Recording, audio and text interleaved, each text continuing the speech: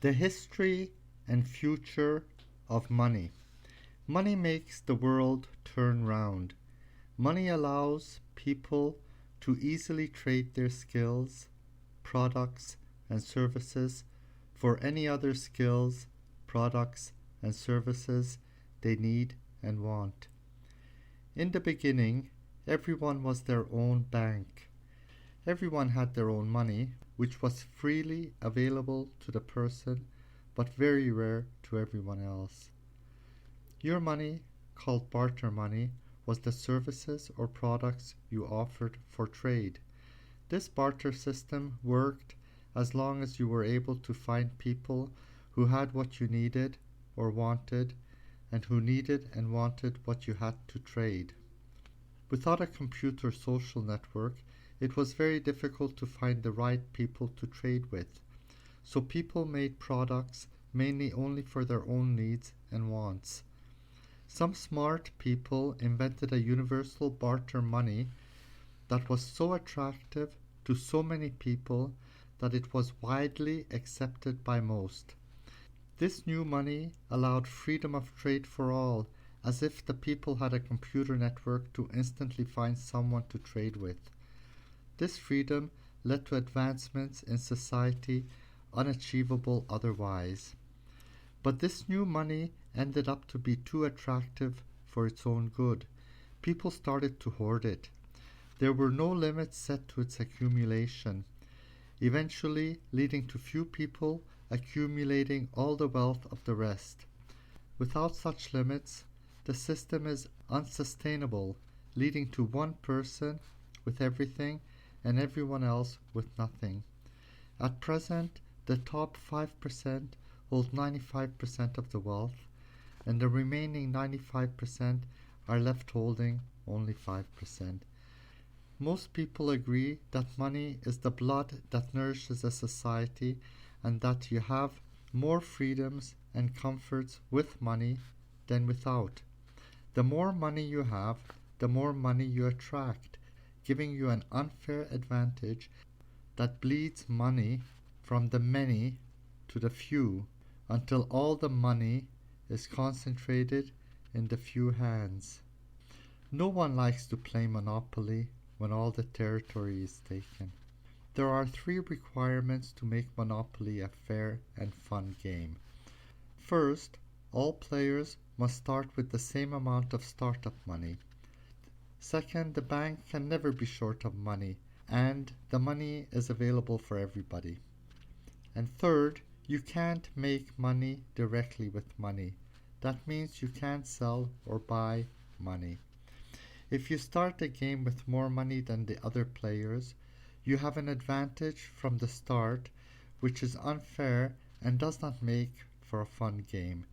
In the real world of Monopoly that we play daily, none of the 3 requirements to make it a fair game are met. Some people are born rich and some are born poor. The rich have a great advantage over the poor, like being born with a silver spoon in your mouth. Money is a commodity and is controlled by the rich, who control how much money is given out and to make sure that it's only given to those who can pay it back with interest. The banks sell and buy money and end up taking over the game. The first money people had was barter money. Everyone had their own. Everyone was their own personal bank. The main requirements for attractive barter money was that it was freely available for you, the bank, while being rare and wanted by everyone else. Barter money could be in the form of a skill for providing a service or a commodity for selling. Barter money had value if it could not be falsified and was small enough to be easily carried and used for small purchases. Finally, barter money had to last a long time and not be perishable, in case people wanted to save it for a rainy day.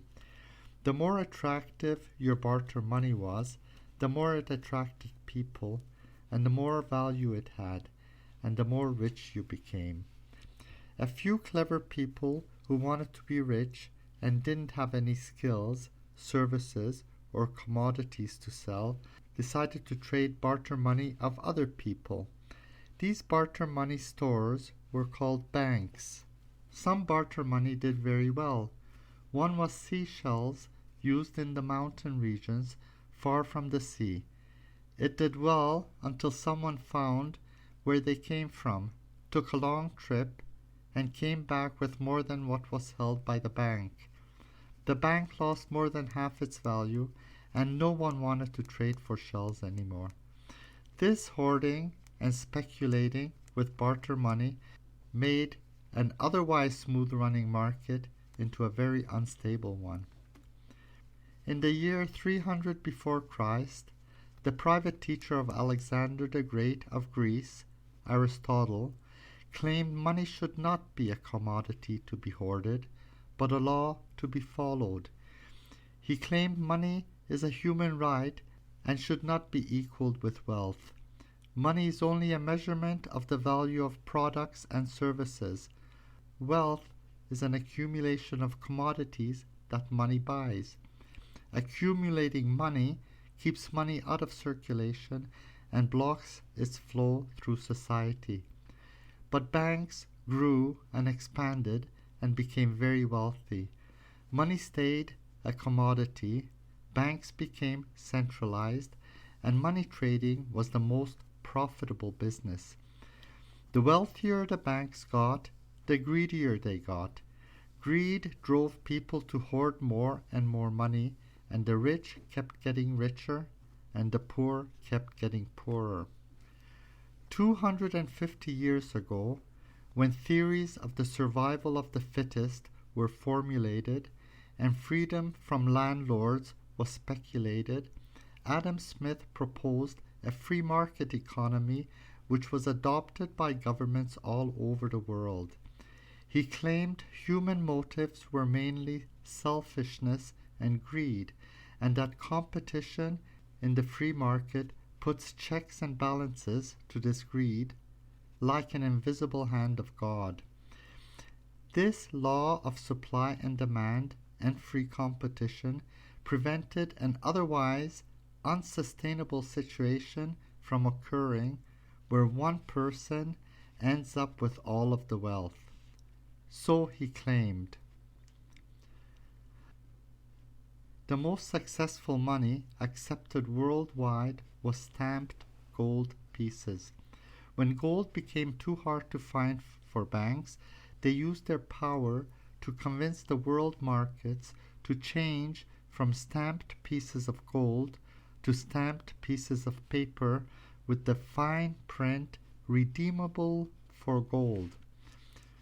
When more and more people wanted to redeem their paper IOUs for gold, the fine print was changed to "In God We Trust," and with that they were able to print as much money as the people would tolerate before the numbers got too big to print on the paper or too big to say, and the money had to be scrapped to start with a new one. With improvements in technology, paper money became too easy to forge. The banks used their power and the power of technology and convinced the world markets to change paper money for secret numbers on plastic cards. To keep the numbers secret, they used encryption. When Mr. Red wanted to give Mr. Green some money in the form of secret numbers, he had to seal the numbers in an envelope so that any tampering along the way would be easily detected. Then he put the sealed envelope into a locked box that only he could unlock. He sent the locked box off to Mr. Green, who put his own lock on and sent it back to Mr. Red. Mr. Red took his lock off and sent the box back to Mr. Green, who was then able to unlock the box and get his money. The successful banks bought out the less successful ones until there were only very few and very big ones left. The people believed that the role of the big banks was to be like a tap, to let money trickle down to the masses below in just the right amounts and to the right places and at the right time to anticipate and satisfy people's needs and wants, like watering a garden.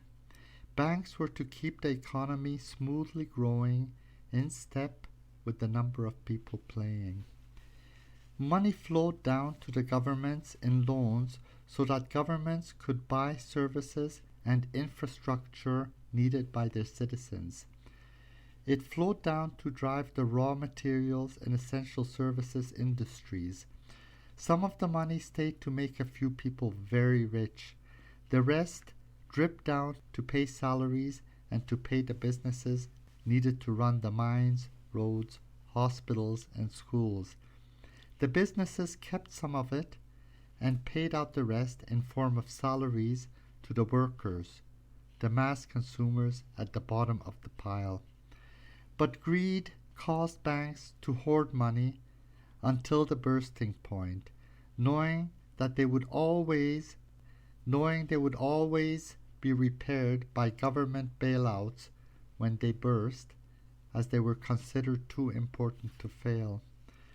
The flow of money up to the banks was from people and businesses paying interest for money they borrowed, and from products and services they bought, and from the taxes they paid.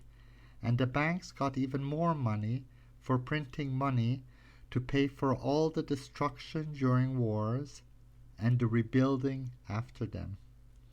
The banks became very wealthy and centralized and became dependent on big centralized computers.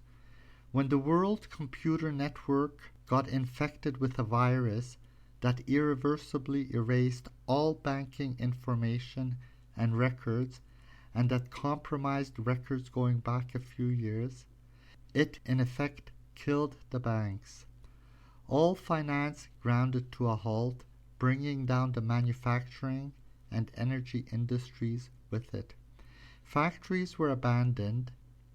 People suddenly found themselves in a world without money. While people normally do anything for money, they usually refuse to do anything for free. Removing money was like removing the whip from the slave driver or the carrot from the donkey. All work screeched to a halt, and all the companies bolted closed. The food industry disintegrated back to local farms. Local markets sprouted and people resorted to bartering. World transportation ground to a halt. People stayed in their local areas and ate the local produce. Communication services and the mass media shut down, leaving people in the dark. Some found their new life better than before, but more of them missed the days of money, and many wanted to introduce money again into society. Most agreed that a decentralized version of the centralized system that just died would be not only the best choice, but the only choice to take.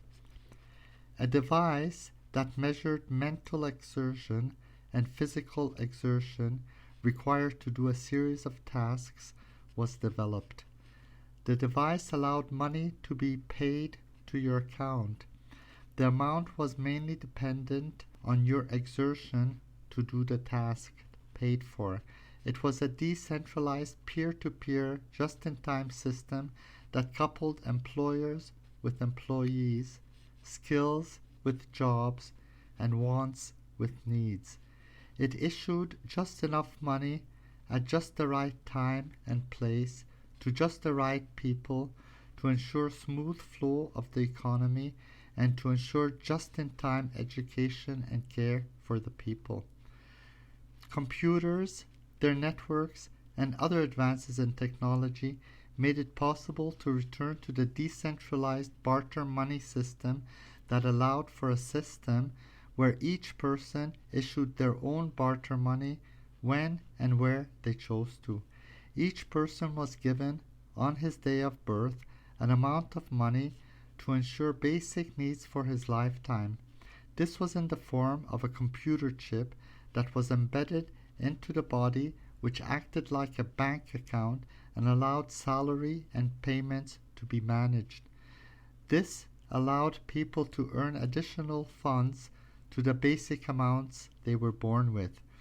Once a person worked, he could earn and accumulate additional money to improve his standard of living and to be a more productive player in the economy of his society by pushing his money and himself up the system. When a person died, his account was destroyed. Inheritance was limited to material accumulations only. Everyone with this embedded money chip became a personal bank. It was not possible to do any buying or selling without using this machine, as it was the only form of money available. Some refused the implants, believing it was prophesied in the Bible as the sign of the devil. The device coupled the biometrics of the person with their startup electronic money, ensuring that they issue legal money that could not be forged. They became a personal bank. The device limited accumulated money by having overflows count as merit points, and the overflow money was redirected back to the ones with the least to ensure a sustainable and vibrant economic growth for all. People with high merit points had power in the form of prestige and influence. People issued money on their own behalf when and where they needed to in a just-in-time fashion. The old and sick became major issuers of money, providing employment for many. They employed most of the doctors, nurses, and therapists, many scientists, and all of their support providers. And when someone became sick, they were really happy to have all of these facilities. Greed took on a new meaning for many. New aims and goals surfaced. Competition changed to cooperation. It was no longer desirable to have as much as you can have, but rather to give as much as you must give, or in other words, to get as many merit points as you can get. Life became like a game of Monopoly.